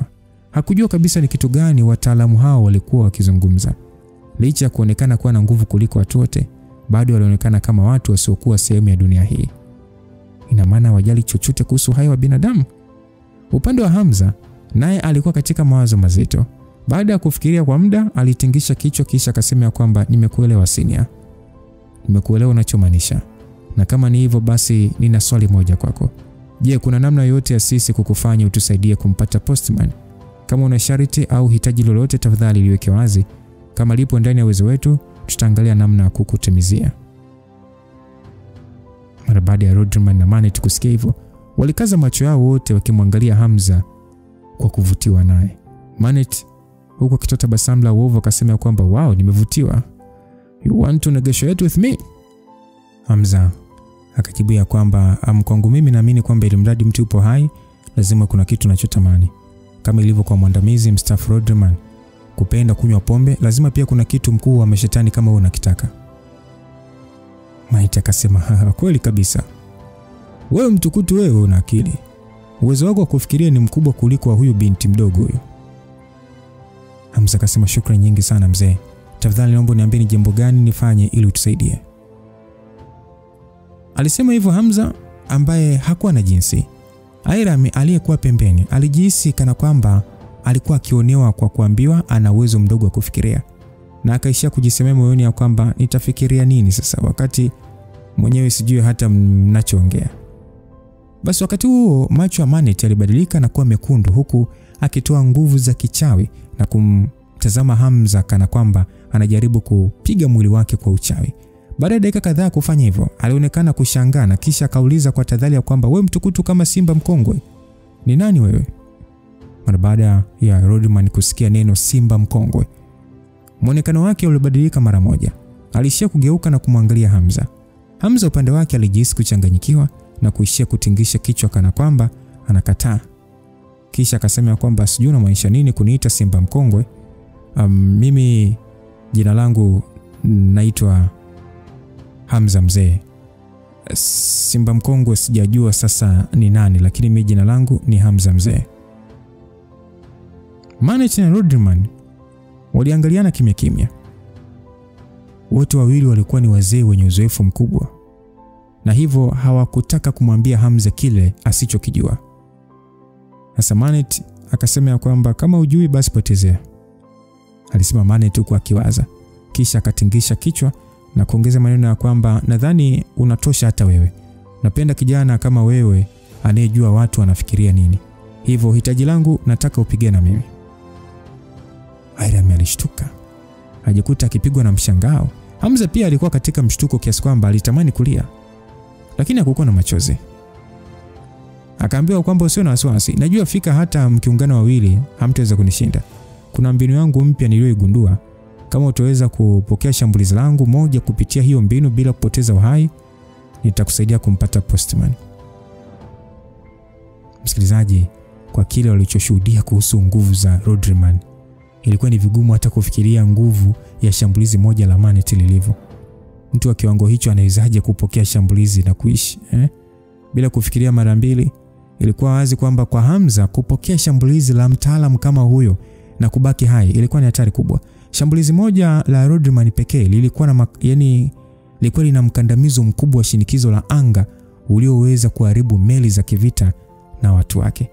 Sasa je, la Manet lingekuwa na uzito kiasi gani? Manet akasema kwamba sina hitaji lingine. Mimi nimekupa masharti yangu. Kama hutakuwa tayari kukubali pigo langu moja basi. Hamza akasema sawa, nitapigana na wewe. Alisema hivyo Hamza huku uso wake ukijaa ukali kama wa upanga. Akairudia tena akasema kwamba nitapokea pigo lako. Sasa Airami alimwangalia Hamza kwa mshangao, akiwa katika hali ya kutokuamini. Kwa mtazamo wake Hamza alikuwa akijitoa uhai waziwazi. Hata hivyo Hamza hakuonyesha kusita tena kwa sababu tayari alikuwa amefanya maamuzi. Sasa Manet akaambiwa kwamba ni adimu sana kukutana na mtaalamu wa daraja la hodari, kwa hiyo nipo tayari kupokea shambulizi la mkuu wa gereza la mashetani, na mimi nitajifunza kitu. Manet mara baada ya kusikia kauli hiyo alicheka kwa sauti kubwa. Rodriman pia aligeuka na kumtazama Hamza kwa namna ya kuvutiwa naye. Kisha akaongea kwamba wewe mkorofi, uogopi kwamba anaweza kukuingiza kwenye mtego wa kumeza nafsi yako kwa shambulizi moja? Hamza akasema kuogopa? Ni kweli naogopa, lakini naogopa zaidi kama Postman atamuumiza mtu wangu wa karibu nayempenda. Na baada ya kusikia hivyo, Airam alitetemeka mwili mzima huku akimwangalia Hamza kwa macho yaliyojaa wekundu. Sasa Rodriman huku akitingisha mabega akasema kwamba haina shida, kama ulivyotaka pokea. Na usiwe na wasiwasi mtoto, mimi siwezi kutumia uwezo wangu wote kukuonea kijana mdogo kama wewe. Miaka yangu yote mimi nimekuwa katika ulimwengu wa barafu na theluji, na kuna njia moja ya kichawi nimeigundua. Kwa hiyo nataka kuona ukubwa wake. Hebu tuone kama utaweza kuimeli. Hamza kwa kujiamini akasema kwamba Senior, tafadhali nionyeshe mwanga wa gunduzi yako. Sasa Manet mara baada ya kusikia kauli ile pale alipandisha uwezo wake wa kichawi na kuzifanya mbawa zake nyeusi za kiwingu kujitengeneza nyuma ya mgongo wake. Kwa kitendo cha kuzipiga kama kupepea tu, ghafla alirushwa angani na kuruka kama njiwa, kisha akatua juu ya jiwe la barafu umbali wa mita 100 kutoka Hamza alipo. Hamza upande wake pia aliruka na kutua juu ya jiwe jingine la barafu. Umbali kati yao ulikuwa kama mita 100 na kidogo hivyo. Ila Hamza alijua fika kwamba umbali huo haukuwa chochote kwa mtu kama Manet. Manet akasema kwamba unapaswa kuwa katika uwezo wako wote na kujitahidi kukabiliana na pigo langu. Basi Hamza kutaka kujifanya mjuaji, haraka sana alipandisha uwezo wake kwa kutumia mbinu ya mgawanyiko. Kingine aliona atumie silaha ya Soul Extinguisher, ile aliyotumia kukabiliana na Hage mara ya mwisho kule Japan. Hata hivyo Hamza alihisi bado hakuwa na kinga dhidi ya nguvu ya Manet. Manit akasema kwamba safi sana, ni adimu sana kuona mtu wa umri wako akiwa na uwezo huo. Aliongea hivyo Manit kwa kuridhika na Hamza. Hamza hakuwa kabisa katika nafasi ya kufurahia sifa hizo. Alichokuwa kifanya ni kusubiri kuona ni adhabu gani anakwenda kupambana nayo. Ghafla bila taarifa, kiwingu cheusi kilianza kujikusanya nyuma ya mwili wa Manit. Nishati hiyo ya giza mara moja ilibadilika na kuunda mnyama mkubwa mwenye urefu wa zaidi ya mita 100. Umbo hilo la kiwingu lilifanana na joka kuu ambalo kwa kuangalia tu lingemwogopesha mpaka kufa mtu yeyote wa kawaida. Hamza pale pale alihisi kwamba joka hilo lilikuwa mzimu wa jini na ilionekana kuwa na nguvu zaidi ya mizimu ya majini aliyowahi kukutana nayo kabla. Sasa muda huo kabla hata hajafikiria kitu kingine, lile joka kivuli lilipanua mdomo wake likajifyatua angani, kisha likageuka kushuka moja kwa moja likimlenga Hamza. Hamza alihisi msisimko usio wa kawaida ulioambatana na ubaridi wa kuumiza mifupa. Pressure iliyoambatana na nguvu hiyo ilisababisha jiwe lilokuwa amekanyaga kupasuka vipande na kuzama majini. Sekunde ile ambayo miguu yake ilikosa pa ukanyaga kutokana na barafu kupasuka, joka lilimvaa mzima na kummeza. Mita 100, Airam mara baada ya kushuhudia jambo hilo la kuogofya, alijikuta akipiga ukelele mkubwa. Aliweza kuona Hamza akifunikwa na joka la kivuli na kupotea mzima huku likizama naye chini ya maji. Ingawa joka hilo lilikuwa katika hali ya kiwingu, lakini Hamza aliyemezwa alikuwa kana kwamba yumo ndani ya tumbo la joka halisi. Hisia alizopata hazikuwa na tofauti na ile ya kumezwa na joka lenye nyama na damu. Hata hivyo, kutokana na nguvu ya uchawi huo, alishindwa kabisa kujitetea. Basi Airam alijikuta akipiga kelele kwa nguvu, lakini Hamza aliyekuwa amezamishwa kwenye maji angesikia vipi sauti yake? Rodman aliendelea kunywa kinywaji chake huku akitazama tukio hilo kwa macho ya uchunguzi. Wakati huo mita 10 chini ya maji baridi kali, mkono wa Hamza ulikuwa umeshikilia silaha ya kuzimu, yani ni silaha fulani hivi ya kuzima mizimu na mapepo. Alikuwa amekodoa macho huku aking'ata meno kwa nguvu kutokana na mwili wake kupitia maumivu yasiyo ya kawaida. Hamza aligundua kwamba ngozi yake ilikuwa ikioza kwa kasi ya ajabu huku damu nyingi zikimtoka. Ilikuwa wazi kwamba nguvu ya uchawi huo ilikuwa ikiharibu seli za mwili wake na kumfanya kuoza kwa spidi kubwa. Sasa ukweli ni kwamba mwili wa Hamza haukuwa kama wa mtu wa kawaida. Alikuwa ameuboresha kwa kiwango kisichojulikana. Lakini sasa nguvu ya joka hilo ilikuwa na uwezo wa kuozesha mwili wake kwa kasi ya kuonekana kwa macho, ikidhihirisha nguvu kubwa iliyotumika kulikuza. Muhimu ni kwamba Hamza alikuwa na uwezo wa kutumia nishati za mbingu na ardhi. Hivyo aliweza kuchelewesha kuoza kwa mwili wake. Lakini hata hivyo hakuweza kuzuia kabisa. Alikuwa akihisi wazi nishati ya nguvu za giza ikiingia mwilini mwake, kana kwamba anaongezewa damu isiyo damu. Nishati hiyo ya giza ilionekana wazi kuwa na kusudi la kumfanya achanganyikiwe. Hamza, ingawa siku zote alijua hakuwa na uwezo wa kupambana na mtu wa kiwango hicho, hakujua kama pigo jepesi tu lingeweza kuweka rehani uhai wake. Swali lilikuwa, je, nifanye nini katika hali kama hii? Hamza, baada ya kupitia hali ngumu kati ya kifo na uhai, alikuwa na utimamu wa akili wenye nguvu kubwa mno. Alipoona muda si mrefu angegeuka kuwa mifupa pekee, hakupata hata chembe ya kukata tamaa. Kuoza kwa seli za mwili au kuharibika kwa seli za mwili. Katika mawazo yake, Hamza aliendelea kujiuliza maswali ya kisayansi na mafunzo aliyowahi kufanya. Wazo la kwanza lilomjia alipokuwa akifanya maamuzi ya kutumia mbinu yake ya mafunzo lilikuwa ni kuhakikisha kwamba mwili wake unalingana na kila kitu katika ulimwengu. Alijua fika kwamba kwa sababu nguvu ya kiroho ndio hubeba uwezo wa kunyonya nishati za mbingu na ardhi, basi kama roho ni aina ya nishati inayovutwa na nishati ya mazingira, mwili ambao ni nyumba ya roho nao pia ni nishati, ila tu katika muundo mwingine. Ndio maana Hamza siku zote aliamini kuwa kuufanyisha mwili mazoezi makali ni njia pekee ya kurudisha nishati yake katika asili yake. Katika mafunzo ya kawaida ya nishati, wengi huimarisha nguvu za roho zao.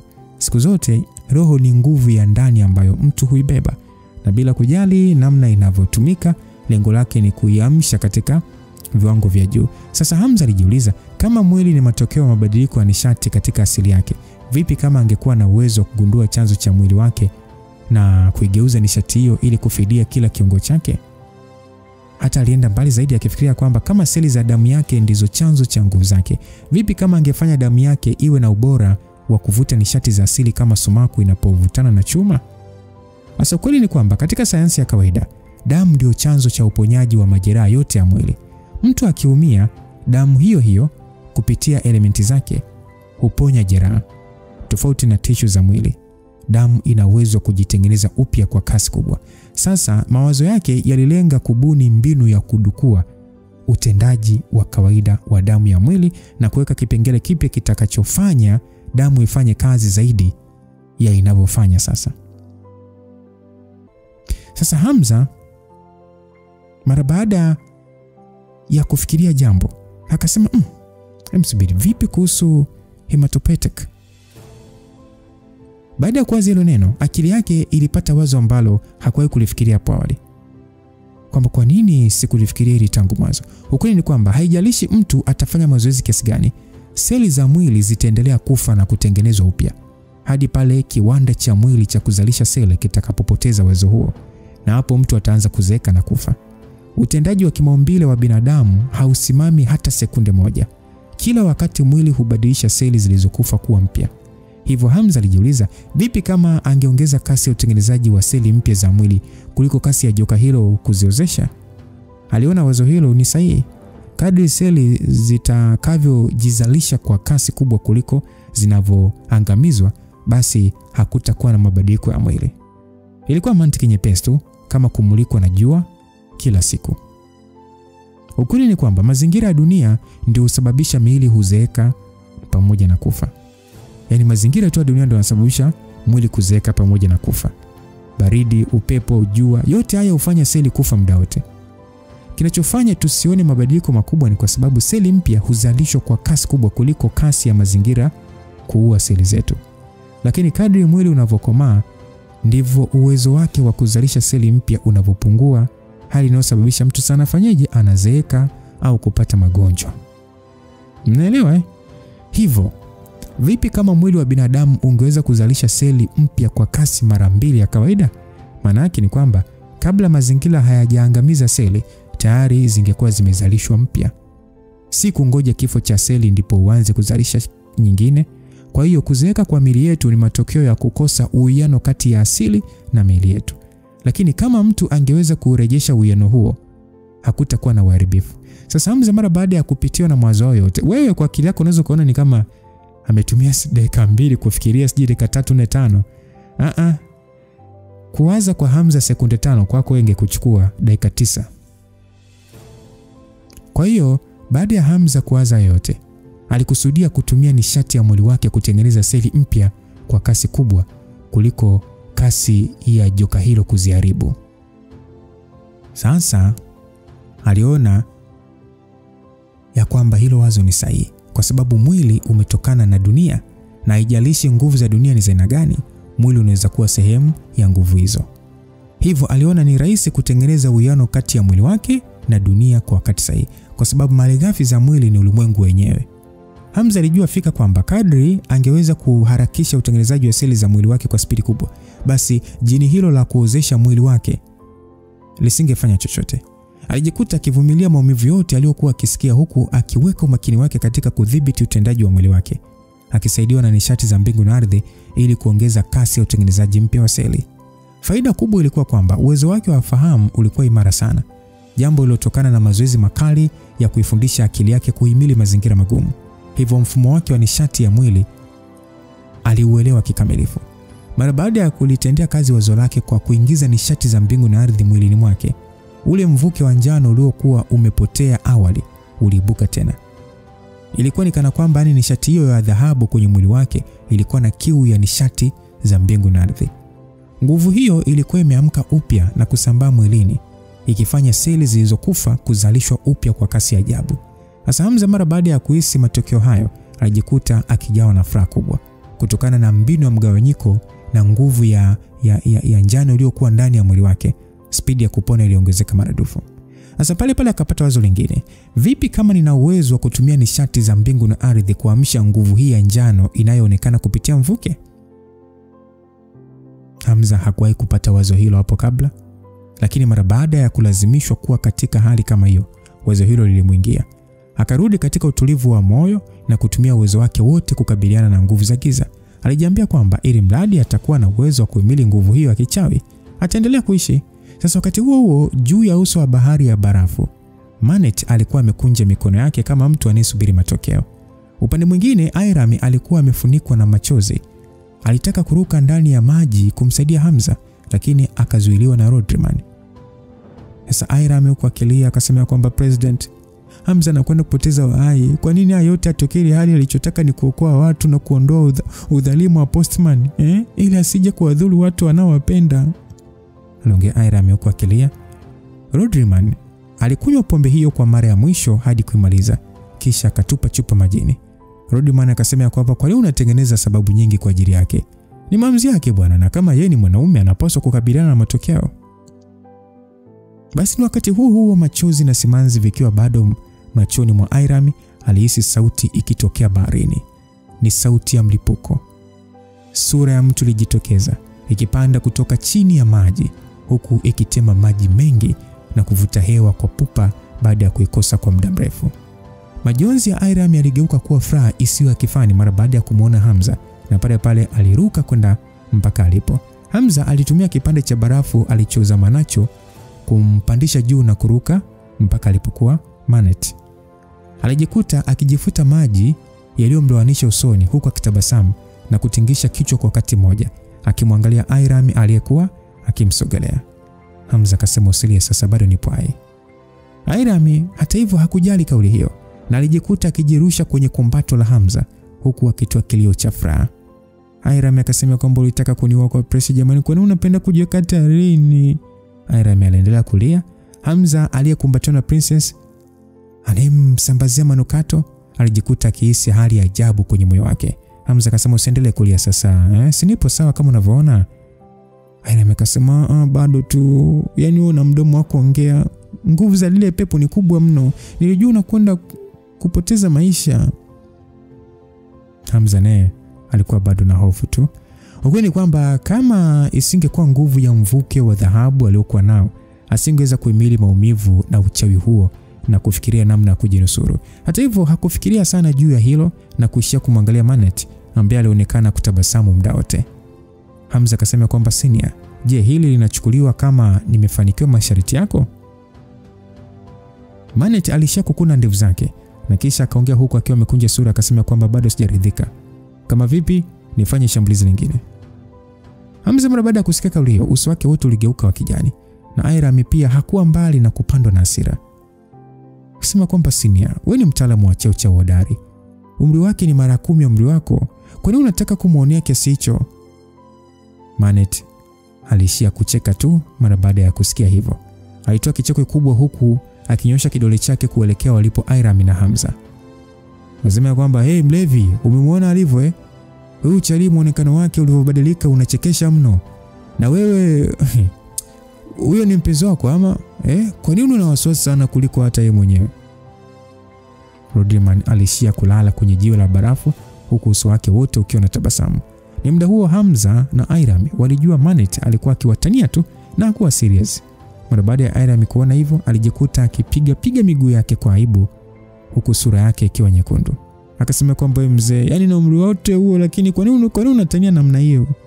Manet alishia kuchanua mikono yake na kisha akasema bila kubadilika, akasema kwamba hiyo si ndio maana ya kuwa hai, Nyie bado ni wadogo.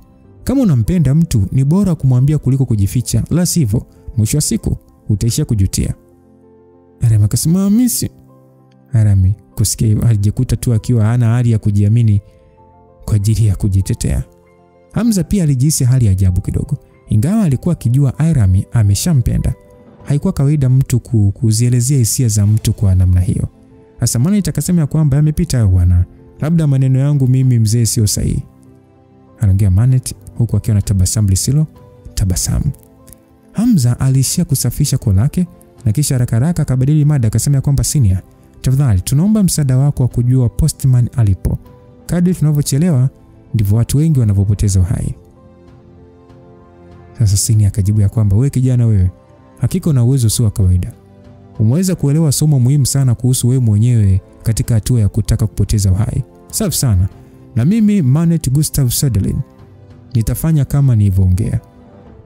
Basi mara baada ya kusema hivyo, airudi kwenye mlima wa barafu alipokuwa Rodriman. Hamza na Airam walirejea pia sehemu hiyo. Airam alimsaidia Hamza kumkausha. Sasa kutokana na maneno yale ya Manet, Airam alishindwa kabisa kukutanisha macho yake na Hamza. Hamza alishia kumwangalia mrembo huyo aliyekuwa na aibu mbele yake. Kisha akasema kwamba thank you. Muda huo macho ya Manet yalikuwa kidogo yamebadilika. Wakati akiwa ameweka mkono wake juu ya mwanajeshi yule wa Kimarekani, alionekana akinena maneno yasiyoeleweka. Haikuchukua muda mrefu, Afande Blunt alifumbua mdomo wake huku macho yake yakifuatia pia. Muonekano wake ukiwa si wa kawaida kabisa, kama vile alikuwa chini ya utawala wa pepo. Ni muda huo huo akiwa amekodoa macho, mwili wake ulianza kutetemeka kwa kasi huku kiwingu cha nishati za giza kikianza kuonekana kikitoka katika matundu ya mwili wake.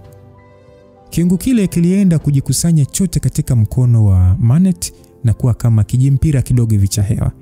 Mara baada ya kudhibiti nishati ile ya nafsi, ghafla pale pale ilianza kusambaza msisimko uliojaa hali ya ugeni, uliowafahamisha werevu hao wa nguvu za ziada kujua hii ndio nyayo za nafsi.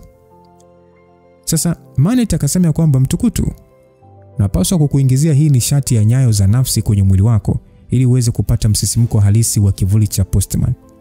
Nishati hii ikiingia kwenye mwili wako utahisi maumivu kidogo, lakini usishindane nayo, wewe usiwe na wasiwasi. Nguvu ndogo namna hii ya nafsi haiwezi kuathiri utendaji kazi wa ufahamu wako. Ni kama ramani ya nafsi tu itakayokupeleka moja kwa moja mpaka Postman alipo. Aliongea Manet. Hamza akasema kwamba senior, haina haja ya kuelezea sana mpaka nielewe. Kama una lengo la kunidhuru, mimi siwezi kujiepusha. Hivyo endelea tu. Manet akacheka akasema fikra zako ni pevu mno. Inaonekana maji ya bahari hayajakufanya kuwa na kizunguzungu. Mara baada ya kuongea vile, alichezesha vidole vyake na nishati ile iliingia katika paji la uso wa Hamza. Hamza alihisi kama vile ubongo wake unachomwa na sindano na alianza kupatwa na mawazo ya kuchanganya. Aliweza kuona picha za watu wasiowajua, kama vile picha hizo zilikuwa zikionyeshwa kwa spidi kubwa kiasi cha kutojua ni sura ya nani na nani. Hamza alikuwa katika hali ya kujihisi kuna kitu anakijua, lakini kila akijaribu kukumbuka ni kitu gani, alishindwa kuelewa. Hamza akasema kwamba senior, kwa nini bado unashindwa kumuona Postman alipo? Si ulisema itakuwa kama ramani? Hamza akajibiwa kwamba upo hapa kwenye mzingo wa Arctic na Postman yupo Afrika huko. Hata kama unaweza kupata uelekeo wa nafsi yake alipo, kuna ukomo wa umbali. Uwezo wa kuhisi ukaribu wa mtu alipo ni kama vile teknolojia ya mawimbi ya simu inayofanya kazi. Ukiwa mbali sana na mnara huwezi kuona mtandao. Sasa hivi ndivyo ilivyo. Ngoja nikurahisishie. Uwezo wa Postman ni aina ya uwezo wa hatari mtu kuzaliwa nao, ambao ni brainwashing. Hisia za uwezo wake huu unaweza kuzipata ukiwa katika eneo la karibu analofanyia kazi kutawala watu. Hivyo kama utakuwa karibu na eneo ambalo anajaribu kuteka akili ya mtu, nicho kuingizia kitakuonyesha alipo. Hivyo mfuate Postman huko Tanzania na zunguka maeneo ya karibu unayodhani atakuwepo na utaweza kumuona. Hamza akasema asante sana mzee wangu, sisi ndo tunarudi Tanzania. Basi Sini akasema kwamba wewe mzee mlevi, inuka bana hapo wapeleke. Rodman akajibu kwamba lazima niwapeleke mimi. Aliongea Rodman huku akisimama. Sasa Airam akasema kwamba president, haina shida, kwa uwezo wangu nitaweza kumsafirisha Hamza japo speed yangu ni ndogo. Rodman akasema kwamba mwacha kuongea ujinga wewe. Kwanza hivi hapa hamna pombe yote hapa. Sasa kwa nini ndiye kubakia nyuma? Aliongea Rodman. Rodman baada ya kuongea hivyo, pale pale akaanza kudhibiti pressure iliyowainua Hamza na Airam pamoja na yeye mwenyewe. Kisha akageuka chini na kumwangalia Manet. Akasema kwamba Zangara, mimi naondoka bana, siku nitakaorudi lazima nilikojolee kaburi lako. Manet akasema kwamba hebu potea mbele yangu bana. Kwa mwili huo sidhani kama hata tutaendelea kuishi muda mrefu. Angalia tu usije kugeuka barafu na ukakosekana hata mwili wa kuzikwa nao. Aliongea Manet huku akiwa na tabasamu la kejeli. Sasa Rodman akacheka akasema haya bana, kwa heri Sangara wa Afrika. Rodman alishia kumlaani bwana huyo. Kisha akaondoka na Hamza na Airam eneo hilo kwa spidi kali bila ya kuangalia nyuma. Sasa kijana wetu Hamza amepewa direction ya kwenda kuonana na Postman. Tukumbukeni Postman ndiye aliyesababisha kifo cha Madam Warden. Sasa Hamza kapewa funguo, kapewa ramani kwenda kuonana naye. Hali itakuwaje? Vita itakuwaje? Mimi ngoja nikae pembeni. Kwa mapenzi ya Mwenyezi Mungu tukutane sasa sehemu inayofuata kuona balaa lenyewe. Muda wote ulikuwa nami Lucas Lumbas. Asante sana msikilizaji kwa pamoja nami mpaka sehemu hii. Bye bye.